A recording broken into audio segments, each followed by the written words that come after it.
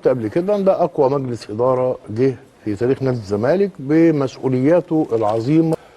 وقلت ان الاستاذ مرتضى احمد مرتضى منصور هو الان رجل الساعه في قياده هذا المجلس، علشان هو اقدم الاعضاء سنا في مجلس الاداره في تاريخه كنائب رئيس مجلس ومسؤول عن الالعاب الجماعيه.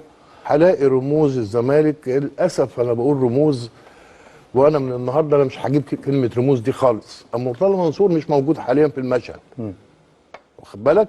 يبقى اي محاولات للهدم يبقى المقصود بيها هدم نادي الزمالك مش مرتضى منصور. واحنا هنا في قناه الزمالك مهمتنا الاولى والاخيره ندافع عن الكيان، مش عن الاشخاص. انما بص الاقي واحد زي احمد سليمان، كابتن احمد سليمان، يطلع ببيان حاطط فيه شروط عشان يمد ايده لنادي الزمالك. يا كابتن احمد انت نسيت نفسك ولا ايه؟ يا كابتن احمد في ايه؟ هم دول اسرى؟ هو مجلس الاداره دول اسرى عند حضرتك ولا انت خاطف طياره ولا ايه؟ ما انا مش فاهم. يعني انت حاطط شروط ليه؟ يقول لك تغيير سياسه القناه، ما تجيبش سيره حد غير انشطه النادي. يا حبيبي يا حبيبي يا كابتن احمد، ايه ده؟ ايه ده؟ ايه الكلام ده؟ انتوا عايزين تمسكوا تقعدوا على كرسي رئيس نادي الزمالك؟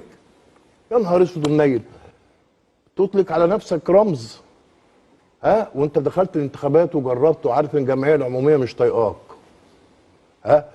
شروط ايه اللي انت حاططها؟ وسقطت الاقنعه.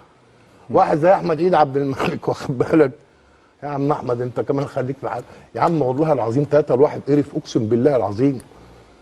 يا احمد يا عيد انت كنت عايز تشتغل في القناه، لما ما اشتغلتش في القناه عمال تهاجم. لما انا اجيب لعيب ب 200,000 دولار يجي لي فيه نص مليار، انا اعمل له تمثال ذهب. هو ده بقى مرتضى منصور.